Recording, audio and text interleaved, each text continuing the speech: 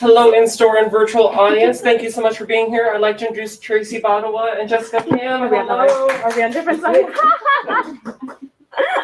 All right. Just because the camera angles. Ooh, la la. Thank you so much for being here. We're so lucky to have Tracy here again for your third book. Yeah.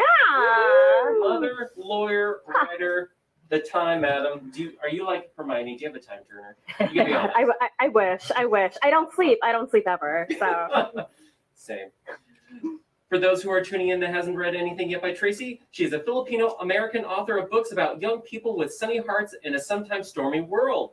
By day, she is an attorney who works in national housing policy programs, and by night, she squeezes in writing, family time, and bites of her secret candy stash. Mm-hmm. Joining the conversation, we have Jessica Kim, who writes about Asian American girls finding their way in the world. Before she was an author, Jessica studied education at UC Berkeley and spent 10 years teaching 3rd, 4th, and 5th grades in public schools. We're so thankful to have you in person because I know during the pandemic we have had you like virtually for stand-up Yumi Chung. So thank you so much for being here. Yeah, my pleasure. All right, thank you so much, everyone. I hope you have a good event. Yay! All right, so I'm so excited to talk to Tracy about her new book, The Takeout. And why don't we start a little bit with just talking about what it's about? Can you share a little bit? Absolutely. So The Takeout is about Mila, who's right in the front here.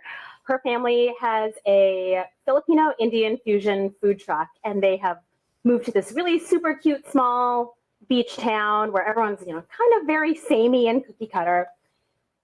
Then a pair of celebrity twin chefs move into town with suspiciously similar recipes, and she thinks they might have stolen them. So she has to investigate. I know. So she has to investigate and figure out, whether it's worth just tanking her social life by going after these celebrities. Okay, well, I had the pleasure of reading this book, and I tell you, I read it in one sitting. Oh, it was so good. It had definitely the Tracy signature humor, cringiness, action, and such pithy fun, spot on, pitch perfect middle grade dialogue. So I super Thank enjoyed you. And I have a bunch of questions for you. Sure. So we need to know what inspired you to write The Takeout. So when I was writing this, I definitely wanted to do something kind of foodie. And it came at a time in my life where I was watching a ton of Food Network and a ton of HGTV. And I'll say this now because I don't think they're ever going to come for me, but the Property Brothers. I knew it! And I was like, all right, so what if they were evil? Okay. And what if they were kind of foodie? Because it's a foodie book. So very, this is not based on them at all, but very loosely inspired by what if they were foodie and evil? And then threw it all together. Everyone loves food trucks. I love food trucks. It all came into it's called the banana leaf. And the Filipino Indian fusion part, I'm Filipino, my husband and his family are Indian. And I got to eat all of this delicious food from my parents and from my in-laws. And I imagine what would it be like if they kind of, fuse the two together. I'm a terrible cook. Oh! So these are all fictional recipes or fictional ideas. That was my next question. We were hoping that we could try the smoothie and put it up on there. See, okay, I will find a way to do this because for the purpose of writing the book, I definitely just dreamt up these what would it be like? It'd be so delicious if we came up with these kinds of drinks and these kinds of foods. I need to up my cooking game before I try any of the other stuff. I think I would just do a horrendous job of it. So you've never cooked any of the dishes that are the fusion dishes in the book? No, and even of the kind of Filipino dishes that I know how to make, I haven't made them lately because my parents come over so often to help with the kids that they make it much, much better. And I feel if I cooked for them, they'd be like, what is this? And I'd have to lie and say oh, it's this thing that I just found online. And it's definitely not, chicken adobo that you make that I tried to replicate. Well, I was absolutely salivating throughout. And so my book features a girl who's the daughter of Korean barbecue restaurant owners. And so I totally appreciated all the foodie vibes and all the yummy details. It was awesome. And maybe we should kick it out to your young readers and have them come up with a recipe. I should. So I actually challenge. it's on my website where I have like a little worksheet of make your own fusion food truck. Like what cuisines would you have, and like what kinds of foods or what kinds of dishes would you have? Because there's some stuff that I've tried that blows my mind. Like I've had a bulgogi burrito. Yes. Like there's so many great ideas, and blending the two cuisines. There's so many like magical things that could happen. Which was the best part, because like I had to like do research for this. Yeah. I had to be like, well, what delicious fusion food ideas are out there? And I got to, order in a lot of food. It was great. Awesome. We'll get to magic in a minute because I really want to ask you about that. But before we get to that, my next question has to do with Mila grappling to find her identity. I really identified with her when I was reading this. She kind of in moments feels like she's not Filipina enough. She's not American enough. And she's kind of in this middle space trying to find a sense of belonging, especially having moved to a new town, coming from a diverse place like Los Angeles and into Coral Beach. It was a lot, and I really felt for her. I wanted to know, like, did any of that come from your personal experience, either as a child or as an adult? Well, I think it's, I grew up in Southern California, which is obviously very, very diverse. And then I moved to like places in the country, which were not so much. And I think, just kind of recognizing that and like being like I was an adult when I moved, and like it was a little bit challenging. I can't imagine how much harder it is when you're a kid, and knowing that identity is such like something that people grapple with throughout their entire lives of like, am I this enough? Am I this enough? Something we are all like, I am still exploring of like how, I don't speak any Filipino languages. I understand like a very specific dialect that my parents speak. So I wanted to, in Mila's character, kind of explore the ranges of what it's like to be Filipino and what it's like to be American. Mm-hmm. Like she grew up here, so she is definitely like identifies as American. But like some people are like, oh, what you eating there? Or like, what are you like? Your family does kind of like some weird stuff. Mm-hmm. So I tried to explore just kind of the different levels of being who you are. And I loved that there was that message that you are enough. Even though sometimes she feels like because her language, she's not fluent completely, or she doesn't know as much history and stuff that's like her sister, she kind of feels a little bit more American in that sense. But I loved that message that was okay, and she was as she. And I wanted to have. So in the book, there's like the older sister. Her name is Catalina, and she's very much like I love Catalina. The Filipino dance troops, and is very like anti-colonialism, very much in the history. She'll like tell it to you like it is. And it's one of those things that like I met those kinds of folks like later in life of like people who are very much fully realized. Exactly, Yes. and it's like I took a long time to even try to learn some of the history of the Philippines and everything. Like it was just something that I came to much later in life. So. Part of Mila is like, what is happening here is me. But I love that you kind of discuss a little bit about like how your upbringing and your surroundings have so much to do with your cultural like awakening or awareness or acceptance. Mm-hmm. Because had she stayed in LA, who knows, she could have been Catalina, Junior. Like she could have gone in that way. Her friends were definitely diverse and accepting, and there was like a appreciation for difference there in a way that wasn't there in Coral Beach. And I think that I have friends who grew up in the Midwest or in the South, and their experience being Korean American is completely different from someone who grew up in an enclave, and so I think that that's a really great conversation that we don't have enough of, especially in children's literature, about the range of experience, the diversity. My first book had a lot to do with culture, but my second book is a dance book, and it had a lot to do with friendship. And I think some people expected it to have the same amount as the first. And I would, as a writer, feel a little bit like, especially because there aren't very many of us, like, am I doing a disservice by not representing that story? I was just talking to somebody about this, about how exciting it is that there's enough of us now that we can write like the dance book. Yeah.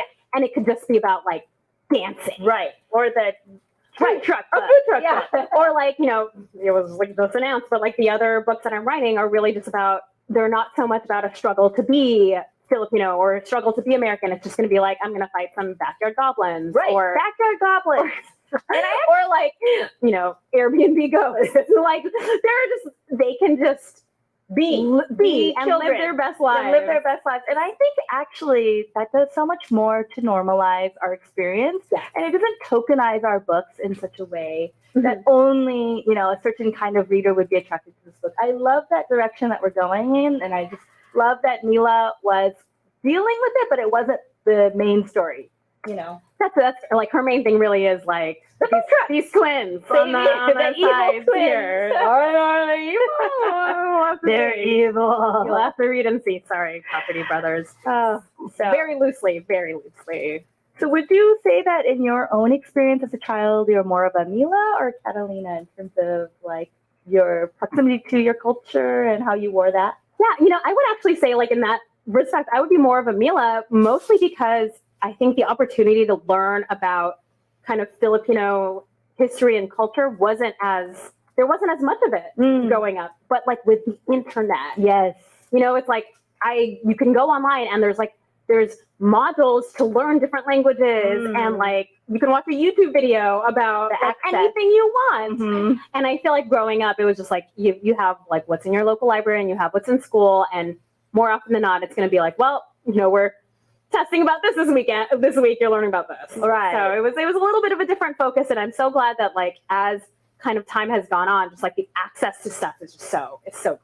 I think there's something to be said about a culture moving forward and a little bit more accepting also. Because I was true. a Mila too in the night. I was a 90s kid, late 80s kid, and it was embarrassing to bring Korean food. And now everyone's like, ooh, what is you got that? there? I had that this weekend. Share, you know, and it's a completely different That's true. level of acceptance. And I think that's really great that is these true. kind of books. Yeah. Awesome. Okay, so I want to talk about friendship because this is a middle grade book, and that's what we do. We talk about friendship because it is everything at that age. So this book was great because there were so many different kinds of friends. Mila had her besties in LA that she had just moved away from. She had this new crew in Coral Beach that she's getting to know and kind of feeling her way through. And then she's got her new family friend, Ajay, and them getting to know each other again. So can you tell me about how Mila's friendships influenced her journey in this book? Yeah. I mean, you kind of talked about the breadth of friends that she has, and her moving and having to deal with the, oh my gosh, are people stealing recipes? She definitely felt unsupported because she didn't have friends, like the close friends nearby. And even the friend that she did have, like, was like a different, like, not the bestie that she grew up with. It was like someone that kind of came back into her life, and Ajay's like interested in the food truck, but not in the same way that Mila is. Sure. So I think it very much wanted to have her be the one to like investigate and push for everything. And I think it added to kind of the struggle that she wasn't sure if her new friends would even get it. They would get it, or if they would support her, because in their eyes, they'd be like, oh, super cool celebrity now moving into our town. Right. How do you compete with that? And she's like, oh, they're trying to destroy our family business. Oh, I don't know. That's very tough. So I did want to, but all that, I did want to make sure she at least did have an ally, which is how Ajay and his friends came into the. I will point out, I don't know if you have a question on I that. do. Okay, we're going to get to the little friend. We're going to get to the little friend. We'll save that for later. But since we're doing reveals on who influenced or inspired you, is Coral Beach San Diego? Is it a part of San Diego? No. The Thinly Veiled? No, it is very loose. Like in my head, when I was trying to write it, at least in terms of where things would be and like like I would have like Santa Barbara in mind, but Santa it's Barbara. completely fictionalized. I see. Because it is like, you know, kind of beachy. There's cruise ships that come in. It is not San Diego. Because there was the other restaurant that also got kind of scammed by the evil twins. They were in a city that sounded really close to a city that exists. What was it?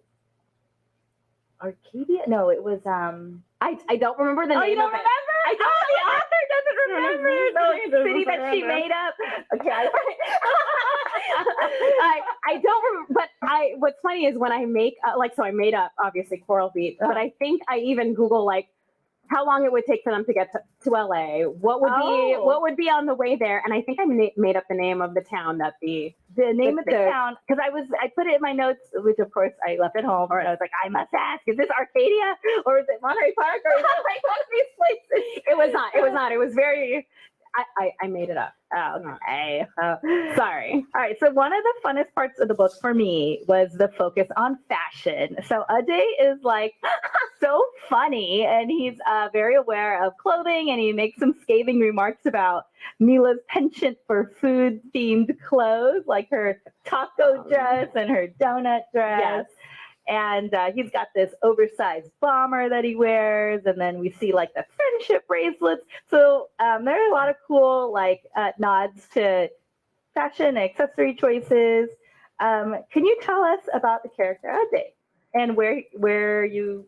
Oh, so I 100%. I know my husband is watching because if you have the book cover, I definitely based the hair of Ajay on my husband's pandemic era hair. I was wondering about that. To the point where it wasn't as poofy before, and I sent my editor a picture of my husband being like, this was the hair that I'm looking for, and they sent it to the illustrator. I love it. Ajay has the best hair. So he was the inspiration for the hair. And like with the bomber jacket and everything, like, well, I think we'll talk about it later, but I needed like a fashion choice that he'd be able to kind of like hide some stuff in. And also throw Mila off too. Yeah. He wasn't that guy with because he was the last time that she had seen him, they were like at Disneyland together. He was like the kind of fun, goofy kid. And then she sees him again and he's very like fashionista.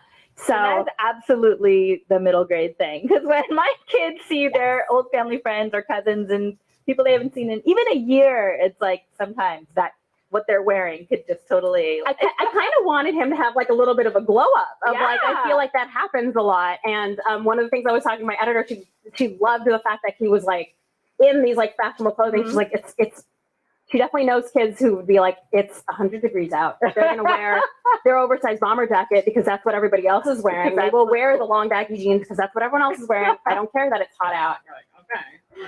All right. So now that we're talking about the bomber jacket, it's time to move into what we all want to know. Yes. So Ajay has a furry friend. Are we allowed to reveal? It's on the cover. Oh, okay, it's on the cover. So you'll love. A pet rat. I've got to know where you came up with this idea, and do you have a pet rat in real life? I do not have a pet rat. I am terrified. I just greatly dislike rodents. This was the hardest thing I've ever had to do as an author is to write a rodent character that you would. Notice the rat the first time. He's holding it. Oh, in the hand. It's very like it's very small, so it's like I feel like you'd miss it, and I love that they kind of included that detail later on. I imagined him much bigger, actually. Oh, no, thank you. And that's probably the case, because I feel like if you actually have a pet rat, they're probably gigantic. But I hear they're super smart as pets, like freakishly. So Yeah, I have a fear of anything with that naked tail, like opossum. Yeah, that's fair. Yeah, not the rat face and body is okay. It's the tail. There's something about the tail. Because the hamster, I have a hamster scene. Okay. In my book, there's a hamster scene, and there's like a crazy thing that happens with the rodent on the loose. So I guess we have that in common. But I can see it. And I wonder if I'd be okay with it. Like, I don't know. I feel like all this is done is make me dislike rodents. No, because I feel like Mila mentioned the tail too. Yeah. Probably. Yeah. No, thanks. And this is like definitely, so how'd you get the idea if you don't like them?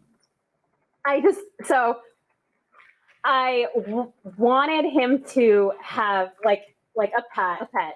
And I don't know. This was one of those things that like came out of my brain of like, this is going to be a good idea. And by the time I realized like, this is terrible, I had written so many words that I was like, I just got to do it. I just got to like plow right through. Plow right And through. then eventually, like, so I'm a plotter. Yes. Right. So like I write things in outlines, but I let myself go off of it if something inspires me. And he like definitely took over the story in a way that I was like, this is awful. I'm writing so much about this rat. He's so got a big terrible. role. It's not a small. It would rival some of the Friends. And I've been asked, they're like, well, are you going to write any more like rodents in your, and I was like, no, because the last thing I need is like readers being like, so I've named my rat after your character, and I brought it to this event for him to meet you. Can you take a picture? Right? Selfie? Can you just like give him a little kiss? I'd be like, no, no. Oh, that would be So one time only, there was a rat with in the this little bow tie. book. Right? See, no. Oh my goodness. One time only, there's a rat in this book. Do not show me your lovely pet rats. Oh, we already went over this because I have on here. Are the evil chef twins the Property Brothers? And we already learned that kind of they are. For legal purposes. For legal purposes, no, absolutely not. absolutely not. Loosely little bit. inspired. Loosely inspired. And then the name Chip, I was like, is this Chip and Joanna Gaines? See, you can tell that I had all of this in my head. And what's funny is when I write, it really is just like, I gotta pick a name, and then just keep Chip keep was going. perfect. Chip and Chaz. I loved it. Chip and Chaz. Which okay, Gotta read the book. Yeah. Something cool about Chip and Chaz's name will show up later if you buy it. See, someone's gonna write like a review being like, here's what it is. Oh, boo. Okay, so then I need to know. I loved that there was a little bit of magic in this book. I just love when there's these contemporary novels and there's just a little bit. And I especially love that it was Filipino folklore, and it was the idea of using a Filipino albulario in your book. So could you explain what that is for people who aren't familiar, and also like, have you had experience using any treatments from an albulario in real life? Yeah. So like you said, and it is on the front. They wove it into the cover, but like she works with potions. So she takes, kind of everyday ingredients like vinegar and like garlic and whatever, and tries to like make these potions that will lift your mood or calm you down, things like that. So very, very loosely based on the Filipino kind of folk healing of albularios, and I have. He could be watching, but my brother, for example, I remember Tracy's brother. This is why you gotta listen in case she says something. But we went to the Philippines way back when, and I remember I don't know why we were doing this. We were swimming in the local river, and my brother got like a little bit of a stomach bug, and they had called a healer over, and he applied like an ointment and said a few words, and my brother felt better later. Right. And it's one of those things that kind of stuck in my mind of like, oh, they did not call like a doctor. Nope. It's like they called that guy. They didn't get Pepsi right. There was no like, here's some Pepto. It was just like, no, let's call the guy to apply an ointment and say some words. So it kind of stuck in my mind of like, there are definitely people in communities like worldwide today that rely on like folk healing and natural remedies and things like that. So I wanted to kind of explore that, heavily fictionalized for the purpose of the story.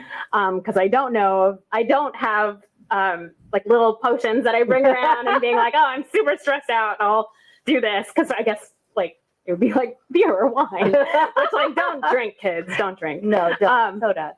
No, right, no, so, water. Water only. Juice is a sometimes too. But yeah, so for the magic part of it, I definitely like ramped it up and drew inspiration from like, actual albulario practices, like what they would use in terms of like, cool. like the everyday ingredients, and also saying a few words. Like that's kind of something that they would do. And I just kind of drew it up from there. Oh, very cool. Yeah, I remember, I think being a Mila as a child, I think I very much adopted like the Western way of like medicine, and like you have to have an MD and you have to get, drugs that come in a box, but I remember being in Korea and, same thing. We had like a little headache, and then my auntie would like pinch a part of my hand and then boom.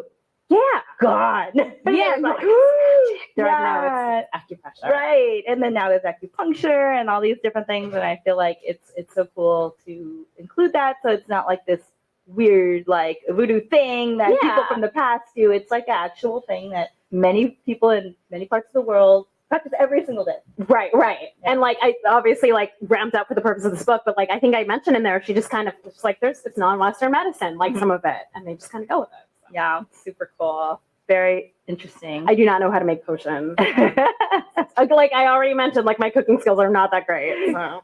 Maybe that could be a potion. When you meant that, All right, like this is actually because I put some like brightening brew in it. no, if you have like that enchiladas, you could be like, oh, that's not dinner. That's All right, just put it in the blender. Awful. That is the spell. You feel awful. All right, I did it. It will give you diarrhea. Oh my goodness. Okay, so without revealing too much, okay, and then we may have said too much already, but can you tease any unexpected surprises for your readers in the takeout? I feel like we've already kind of hit one of the big things was like the rat playing a bigger part than I had really wanted. I really wanted to. In my head, like I think when I started the book, I was like, oh, it's just gonna be like a fun, Like a quirk. like a fun thing that he's got this pet. And then I was like, oh no, he's like now he's like part of the plan, like things are happening. And now he's on the cover. Like what and kind of like a tangent off of that is when the movie Ratatouille came out. I totally thought of Ratatouille. I remember watching the ad and being like, this is a nightmare. Never. And they're like, no, it's okay. I was like, isn't that horribly just like unhygienic? And they're like, don't worry, they all like wash up and like go to dishwasher. And I was like, this is even worse. This is terrible. When so you were, like in the hat, doing the hair. Right.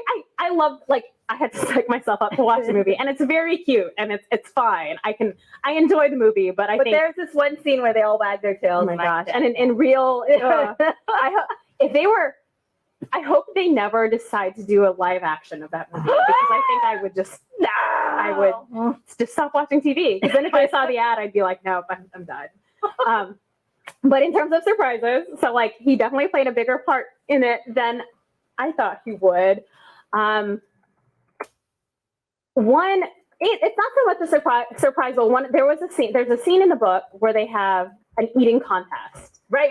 It's one of my favorite, the Korean barbecue restaurant. They have an eating contest as a distraction technique.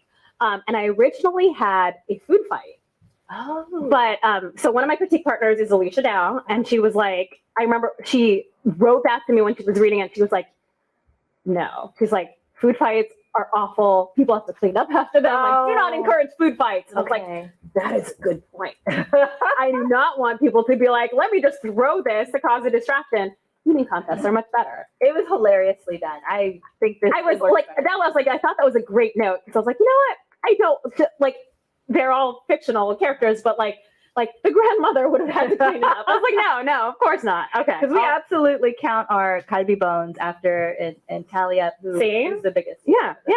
Bragging rights. Absolutely bragging rights. So like that was one that like if you see in the book, it used to be a food fight. Oh my gosh. I love these little Easter egg little nuggets.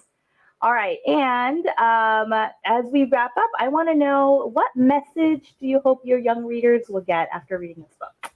Well, I think we kind of touched on it earlier of the idea that there is no one way to be you. You know, with Mila struggling between like, is she Filipino enough? Is she American enough? Like it's not one or the other. There's like all sorts of ways to be. So Catalina is very, very like learned about the culture and her heritage, and Mila's just getting there, and that is fine too. Like that is completely fine. Mm-hmm. Everyone is on kind of a different path or a different part of their path. So I kind of want readers to come away from that if they're having kind of those identity issues, which I feel like if you have a big life change, if you move to like Mila moved to a different town where she realizes she's a little bit different. Mm-hmm. So anyone who's kind of going through that, I would hope that they come out of it being like, all right, like I will get to where I'm going to eventually. I love that. That's beautiful. And the last question of the night is what we kind of talked about a little bit earlier, but can we hear a little bit about what you're working on next? Oh, I am. You say next as if I am not going to go home and try to get some more words down. But it just got announced today. I have 2 more middle grade books coming out. Woo! So one is Thea and the Mischief Makers, and it is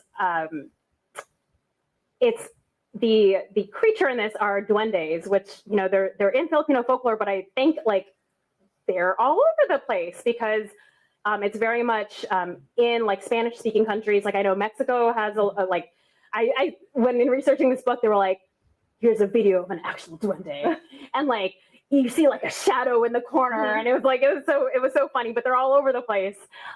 So that book explores like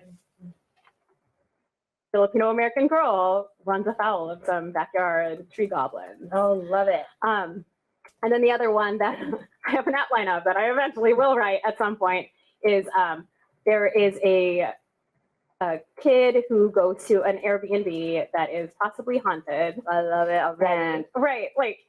But so I say possibly haunted. It's haunted. In the There's woods gonna- or where? It's just going to be like probably in a beach town. Oh, we don't know yet. We don't know yet. We're like, what do you think? Where do you think it should be? Tell me more about this plot that I should have.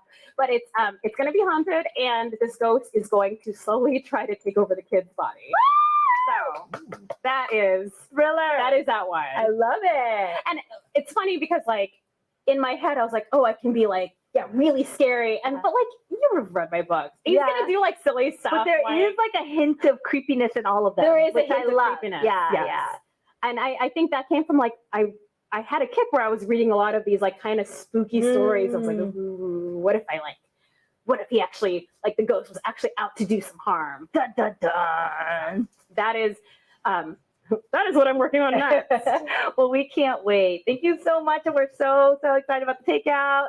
Yeah, hope you guys can visit at Mysterious Galaxy. They're selling signed copies, right? Yeah. It can be personalized as well. So Does the audience have any questions?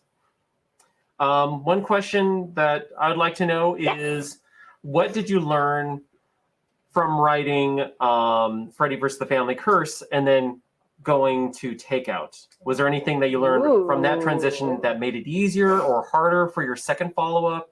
Well, so one of the big things that I got from when I was researching Freddy versus the Family Curse is there is an amulet in the book. And as I was researching that, I realized it literally varies from town to town what they think these untings do, what they think these amulets will do. In some towns, they were like, oh, it'll just like make you slightly luckier. In that other town, they'll be like, you'll be like Superman. You'll be super strong. So coming off of that, I knew that if I was going to do like follow up with like a Filipino folklore, Filipino folk magic, like there is some room for variation. So there will be somebody who like maybe does practice kind of like albulario methods and be like, okay, so I could see this happening. It's not how I do it, but like I could see someone doing this. So it's kind of like it was a little bit of permission to kind of like expand and like kind of do my own take on it, which was kind of nice. Oh, that's awesome.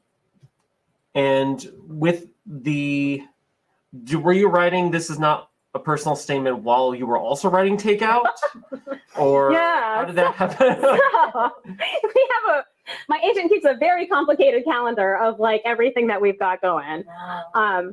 And yes, there are deadlines. So, but with Freddy versus the Family Curse, I wrote that, way back when, and it just like, I had to polish it and take it forward. This is not a personal statement. I also wrote on a NaNoWriMo like years ago. Oh. So You pulled it after, out of the drawer? yeah, after, and I did, I did terribly with it the first time around. And so like, I had to kind of like after Freddy sold, I knew I wanted to try to do young adult.